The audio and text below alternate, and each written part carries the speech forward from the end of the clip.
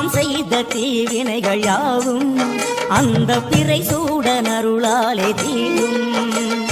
நாரணன் விடையாக நந்தியின் கொம்பிடையில் சிவனாடும் நேரம் இது, சிவன் வரும் சுகமான நேரம் இது.